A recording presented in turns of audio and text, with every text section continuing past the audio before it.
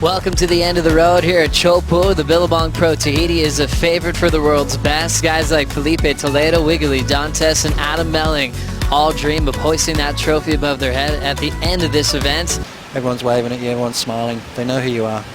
And you've come back to town, and this whole place absolutely comes to life. And the tour's not here. It's very sleepy, and they host the world's best so well. They have the best food here, having fresh fish. Something called poisson cru is a staple here as we lock in with Filipe Toledo. Knifes the takeoff, quick little cover up, and he's out. There was going to be no restart. These guys don't waste any time as Filipe slides into a nice little cover up there, little head dip, so to speak, a little shampoo.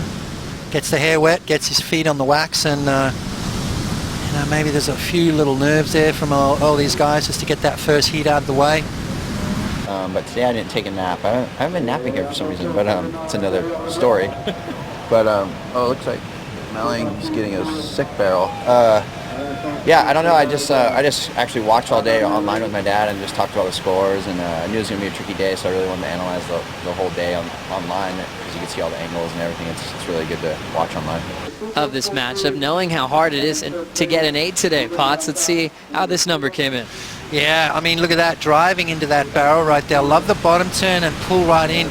Then he grabs the rail and then unloads that big turn. So a lot going on in that wave. Let's have a look again.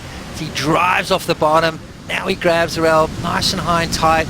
Super clean. I mean, that wave didn't touch him at all. A little bit of a glitch right there, but then corrected it and then bangs off the whitewater. So a series of turns, a series of different... Wiggolly's taken that approach in heats like Medina, like Parco, or he doesn't like to give up the first exchange. Now Wiggolly standing tall, deep in this one, comes flying out.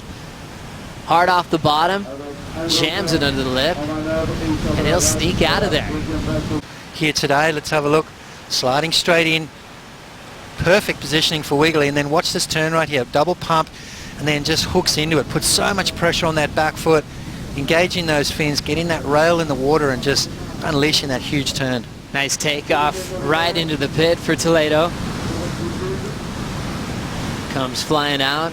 Little wrap, ends up throwing away the finishing move. Pipeline, he calls it his favorite place in the whole world. How'd you like Filipe's whip? I loved it. I mean, he looked confident. His board looks good. You know, he drew that perfect line. His technique was great. I mean, you know, for someone that's is supposed to be uncomfortable out in waves like this, he's looking pretty comfortable to me. I mean, he's... Now, getting into this one is Wiggolly Dantas. Great positioning, takes the low road exit. Now setting up a frontside carve. Beautiful hook, Dantas out. Let's have a look. Tight little barrel here. You can see him hugging that top section of the wave and then comes out low with a lot of speed that sets that up right there. So a good combination of turns from Wiggolly, and he's going to put himself up into the first spot. Adam Melling, though, with that single high score of an 8, he's only going to need a small score to get that lead back, but beautiful footage here from the drone. You can see the cracks and crevices in that reef. So it's sort of the care of your body behind the scenes after hitting the reef in competition, as we see the slide out into the barrel and getting puffed out is Adam Melling. Started off with an 8. 14 minutes remaining. He's got an 8-point ride. You know, Adam's just been super selective. Next wave setting up for Toledo, up and out. Wait for the good ones. You know, there's 35 minutes. If the good ones come, you're going to get scores. Here we go. Dantas now trying to fight back, slowing down. Perfect execution, comes out with a ton of speed. Doesn't lay down a hack, he ends up kicking out as we take another look. Yeah, late drop, you know, just made the drop, just made that pulling up underneath, and that was the hand gestures. The hand gestures weren't for the fact that it was an incredible barrel, but right there, that free fall drop, commitment to grab the rail and pull that board, trusting the equipment. You know, you've got to trust your board. That's like the most important thing. And then right behind him, Wiggolly slowing himself down. I don't think it's going to be his biggest score. It was more of a manufactured barrel, whereas Adam Melling was pedal to the metal. Critical drop, just made it under the lip there. That's a lot going on, a lot to digest. It was all split-second timing reaction. The ocean unloading itself on shallow reef, coming out right there. You can see this guy doesn't claim, let me tell you. He's not one of those guys that will claim a wave, will claim a good barrel, will You know, I don't think anyone was going to predict him taking down John Florence at 8 to 10 foot cloud rate, did they? So he's proved the critics wrong. That's right. Running after this one is Wiggolly Dantas, unable to get barreled, so he'll end up going a long way to kick out. And you come from the most dominant surfing region, which is kind of battling with Brazil recently for that nation-dominating title. Backside barrel setting up for Filipe Toledo. He gets the exit.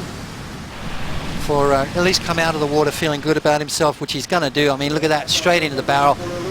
Nice technique, nice positioning, comes flying out the end. And then obviously looking for a bit more there. So Filipe showing that, you know what, he can do this. He can backside tube ride. Whatever you call it, Adam Melling's done it, and he's moving through to round number 3. Into the countdown now. This one will get into the score line at the last minute, but it's going to be a little bit too late for Wiggolly since he needed 2 new waves. He'll stall and get barreled and ends up going down. So Dantas is going to be a dangerous surfer to watch in round 2 action, which will be tough for him to try to move on from. Filipe Toledo will also be under pressure to perform, and a great performance there from Adam Melling. And inconsistent conditions, just took 2 of the best waves, and he's on into round 3.